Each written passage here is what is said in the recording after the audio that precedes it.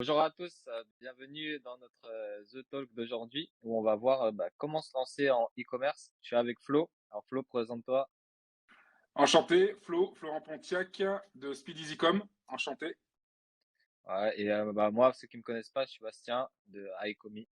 Donc aujourd'hui, on va voir comment se lancer en e-commerce, parce que c'est une question qu'on a tous les jours en fait, puisque la plupart des personnes maintenant avec la conjoncture actuelle se tournent de plus en plus vers ce business model qui est le e-commerce. Et on a eu plusieurs questions, donc on va répondre aujourd'hui en fait aux fondamentales qu'on pense qu'il faut pour se lancer en e-commerce. Ok. Donc le premier gros point pour moi, c'est de trouver son produit. Alors Flo va peut-être nous dire comment on peut trouver des produits maintenant, quelle stratégie on peut faire pour détecter des produits et comment se fournir en fait, comment trouver ses fournisseurs. Bah, après, pour trouver des produits, moi, comment je procède, c'est que d'abord, j'essaye de regarder si je fais du drop, par exemple, je vais sur AliExpress pour regarder Mhm. quels produits intéressants je peux trouver en fonction des différentes données que j'ai grâce à AdSpy. Donc en Donc fait, AdSpy c'est quoi exactement? Ceux qui connaissent pas. AdSpy, en fait, c'est une application qui te permet de voir en fait les métriques des fournisseurs. Voir par Ok. exemple le nombre de ventes qu'ils ont fait, dans quel pays ça peut matcher, voir les stats de combien il y en a qui ont été vendus, par exemple là dans les 48 heures, une semaine, un an. Tu peux voir toutes les métriques. Donc c'est vraiment très très percutant. Et sachant que il me semble aussi que tu peux récupérer les vidéos fournisseurs si tu en as besoin.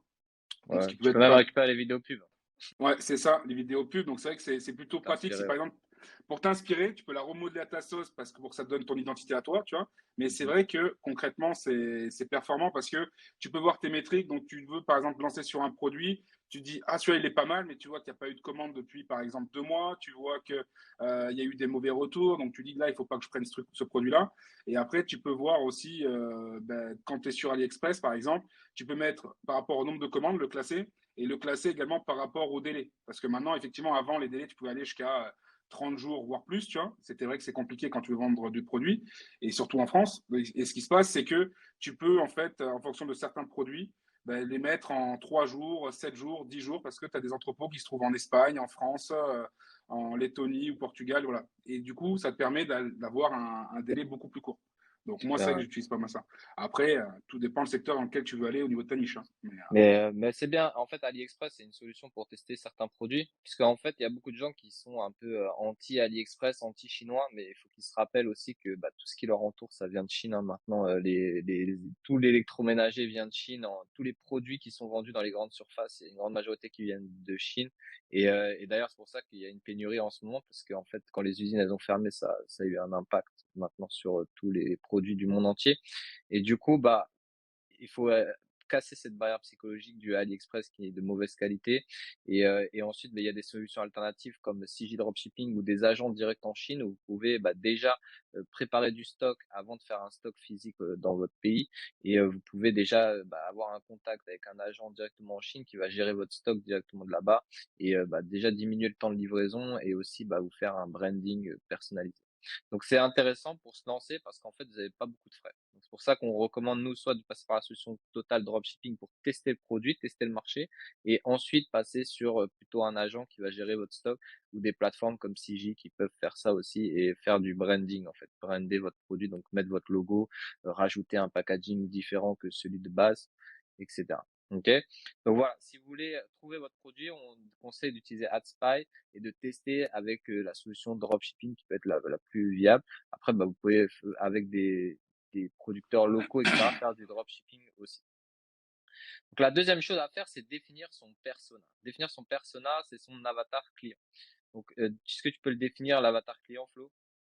Bah, c'est la cible de client de rêve en fait, hein. C'est ton client de rêve que tu veux cibler. Donc par exemple, si tu as un produit plutôt mode et que tu veux cibler des gens entre 25 et 45 ans, parce qu'ils ont un pouvoir d'achat plutôt sympa, qui sont déjà en train de travailler quand ils ont 25 ans, et si tu veux cibler ce genre de personnes, ça te permet d'avoir un persona et pour faire tes pubs après derrière, c'est plutôt pratique, tu vois. Au moins tu sais Ouais. qui cibler, où aller et comment tu vas faire tes pubs et comment tu vas faire tes créatifs, quoi.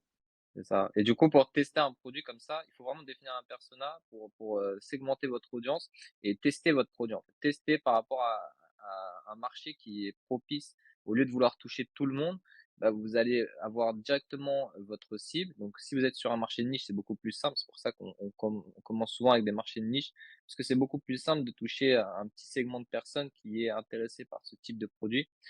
Par exemple, si vous êtes sur les passionnés de skateboard, par exemple, et que vous voulez faire tout un univers autour du skateboard, etc., bah, vous allez avoir beaucoup plus de facilité à toucher ceux qui sont vraiment intéressés par le skateboard que de toucher ceux qui sont intéressés par le skateboard, les rollers, etc., et faire tout un shop, on va dire, sur les, euh, les activités à l'extérieur. Donc, vous voyez, c'est déjà faire de la segmentation et après développer. Au lieu de vouloir toucher tout le monde, et après vous allez toucher personne. Donc c'est mieux C'est de ça. toucher un petit segment de personnes et au fur et à mesure, bah, rajouter des produits, rajouter des personnages, parce que vous allez avoir un capital qui rentre. C'est Donc le ça. plus simple pour toucher ses clients et de vendre en fait, parce que le but quand même quand on fait un e-commerce c'est de vendre, c'est d'avoir un produit qui résout un problème et lui apporter une solution. Donc montrer Ouais. un problème et apporter une solution. Est-ce que toi tu aurais un exemple d'un shop qui fait du problème solution?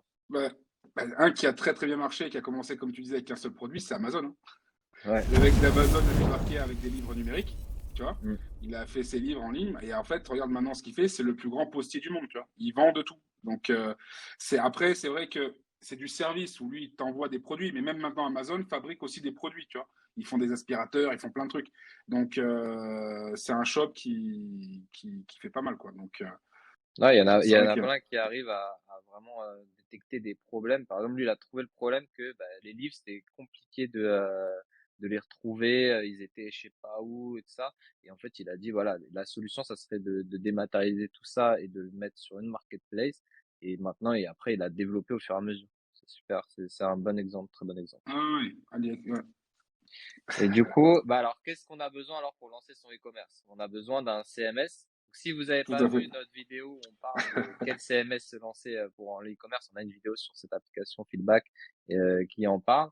Donc toi, Flo, tu recommandes quel CMS pour se lancer? Si on, pour se lancer dans l'e-commerce, le plus simple, c'est Shopify. Ça reste Shopify parce que c'est très intuitif. Et pour quelqu'un qui se lance pour chercher des produits, tout est déjà automatisé.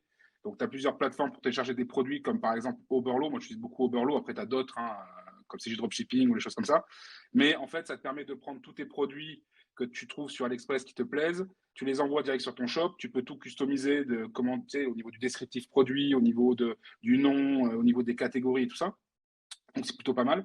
Et franchement, pour quelqu'un qui se lance pour tester des produits, c'est la meilleure solution. C'est Tu fais comme ça et en fait, ça te permet de voir, par exemple, tu veux te lancer, je dis une bêtise, dans du thé, tu vois, tu veux vendre du thé, tu t'aperçois que finalement ça marche pas. Du coup, plutôt que de reprendre un nom de domaine, repayer un site et tout ça, bah, tu peux tout simplement switcher, changer de produit et par exemple vendre des bracelets, vendre des montres, vendre des t-shirts ou n'importe quoi, même des peluches, tu vois, ça marche pas mal. Mais après, voilà, tu peux changer, modeler en fonction de si ça marche ou pas. Donc, c'est vrai que Shopify, ouais. c'est quand même pratique pour quelqu'un qui veut se lancer et démarrer un business, quoi.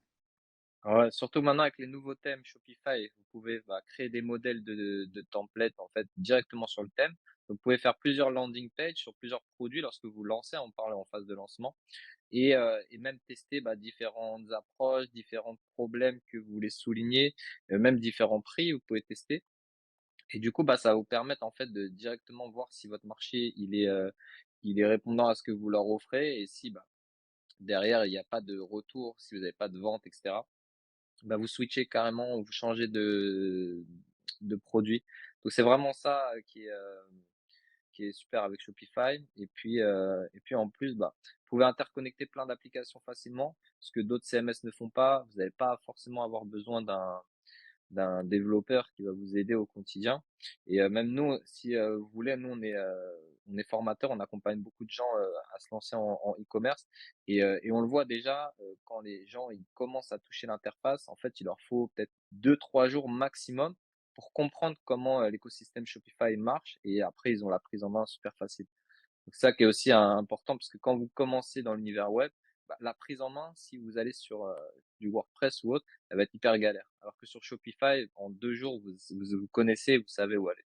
D'accord? Mm, ouais, Donc c'est vraiment ça le plus important en fait quand vous commencez, c'est en fait de réduire l'espace-temps entre la phase où vous allez lancer vos produits et où vous allez commencer à le vendre à votre audience. Donc du coup, ça nous permet de rebondir sur la dernière chose à faire quand on lance en e-commerce, c'est de définir sa stratégie marketing. Et là, on commence à avoir toujours des petits problèmes surtout avec nos élèves, parce que souvent les gens, ils se projettent pour se dire, voilà, on va mettre un produit en ligne, et puis il y a 10 000 personnes qui attendent que je mette ce produit en ligne et qui vont venir l'acheter tout de suite sur mon site. C'est D'accord? ça, c'est ça. Mais malheureusement, c'est pas le cas. Et les gens, c'est Ouais, pas... Parce que créer un site, c'est bien. Après, faire travailler sur des petits blogs pour choper du SEO, bon, on va refaire une vidéo là-dessus, pour le SEO et tout ça. C'est bien aussi, mais ça fait pas tout. Pour amener des gens sur votre site, en fait, il faut malheureusement faire des pubs aussi parce que ça, c'est direct. Et en même temps, ça permet d'avoir des données, de la data après derrière pour recibler les gens, voir déjà si on est sur la bonne niche, voir déjà si notre persona est bien paramétré aussi. Donc, c'est vrai qu'au niveau de la stratégie, savoir si on veut faire une stratégie plus SEO qui prend plus de temps ou une stratégie plus avec des pubs via Facebook Ads, Google Ads, Pinterest Ads, ce genre de choses qui peut permettre d'aller plus loin, quoi. c'est Donc, ça. Et mais en c'est plus, vrai que on a fait une vidéo sur quels réseaux sociaux utiliser par rapport à ce ouais, site c'est sur vrai, c'est Feedback. vrai, c'est Et vrai. on l'oublie cette vidéo, mais elle est là. Mais alors, On va la ressortir on celle-là. va la ressortir, ouais, c'est Ouais, vrai. ouais. Mais c'est super important, voilà, de définir déjà dans le temps où est-ce que vous voulez aller sur 6 mois, un an. Faut pas se dire qu'en un mois vous allez tout exploser, ou alors vous allez tout exploser si vous mettez, je sais pas moi, si vous mettez 20 000 euros de budget pub, bah vous pouvez tout exploser et faire 25 000 euros de chiffre d'affaires par exemple. Mais au final, si vous faites le calcul avec votre prix fournisseur, etc., mais vous perdez de l'argent. Et c'est souvent ce qui se passe. C'est Donc ça. en fait, il y a eu plein de personnes qui m'ont dit ouais, c'était plus facile avant, etc.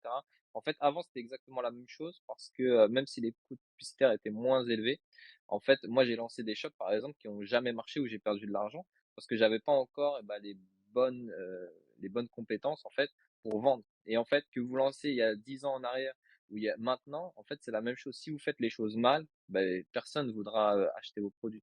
C'est sûr il y a eu le facteur chance il y a des années, mais il y en a très peu maintenant, il y a très peu de facteurs chance, sauf si vous trouvez le produit qui va être à la mode, à la tendance, mais c'est très rare. Donc faut vraiment définir sa stratégie marketing dans le temps et ne pas hésiter à faire évoluer son e-commerce, puisque de toute manière, en phase de lancement, vous avez en fait zéro base client, zéro chiffre d'affaires. Donc vous avez tout intérêt à pivoter sur votre marché que de rester et C'est vous ça. engouffrer dans une tombe tout seul. Parce que voilà, il y a des produits qui ne marcheront jamais ou alors qui marcheront très peu et qui vous permettront pas de faire vraiment décoller votre business. Donc c'est c'est les choses que vous devez vraiment mettre en place. Donc c'est 5 points qu'on a vus aujourd'hui pour lancer votre e-commerce. Je sais pas si tu as quelque chose à rajouter par rapport à ça. Non, c'est ça, c'est qu'il faut pas se leurrer, c'est que pour que ça perce, forcément, si on veut emmener de l'argent, il faut sortir de l'argent aussi, tu vois. C'est comme on l'avait C'est déjà dit dans ça, d'autres vidéos, c'est que c'est pas une boutique physique, donc les frais qu'on avait avant, qu'on ouvrait une boutique physique, on les a plus. Là, on a juste un abonnement payé par mois de 29 euros, tu vois. Et après, derrière, c'était pub. Donc, si tu pars même sur un budget de 50 euros par jour, ce qu'il y a, c'est que derrière, ça peut t'apporter des ventes, peut-être pas de suite, mais ce qu'il y a, c'est que même si tu n'as pas les ventes de suite, admettons, tu sors 1500 euros sur un mois, mais que derrière, tu as fait des ventes, mais tu en as pour 1000 balles, ben finalement, tu as ramené de la data. Donc après, le pixel de Facebook, par exemple, va être plus performant parce qu'il va voir que c'est telle catégorie de personnes qui est adaptée à ton profil pour vendre tes produits. Donc du coup, il va recibler les gens qui ont le même profil. Et du coup, après, tes pubs vont être de plus en plus performantes, tu vois. Donc c'est ça qu'il faut mmh, comprendre aussi. ouais. Il Donc faut après, comprendre que tous les algorithmes de pub, de toute façon, que ce soit Facebook ou autre, ce sont c'est des ça. machine learning. Donc plus vous allez dépenser de l'argent, plus il aura de data et plus vous allez être performant. Ok, donc C'est ça. enlevez-vous de la tête qu'avec 5 euros vous allez faire 1 million C'est pas et possible. commencez à structurer votre business. Donc on a bientôt fini. Flo, si tu veux faire un petit placement de tes réseaux. Donc vous pouvez me suivre sur LinkedIn, Florent Pontiac. Ensuite, pareil sur YouTube, sur SpeedEasyCom directement, sur le YouTube de SpeedEasyCom. Et après, sur nos sites respectifs, pour le mien, c'est SpeedEasyCom également. Donc, de toute façon, vous me trouverez assez facilement sur le réseau. Hein, grâce au SEO, ben, référencé Ah, top 1. Voilà. super. Ok. Bah, moi, si vous voulez me suivre sur LinkedIn et YouTube, c'est Bastien Pialet. Vous juste tapez Bastien Pialet. Et la société iCommis, vous avez le site iCommis.com. Du coup, bah, super, hein, super interaction. C'est fini, mais du coup, on se retrouve bientôt dans une nouvelle feedback. Ok? Ça va, ciao, ciao. Allez, ciao. Ciao.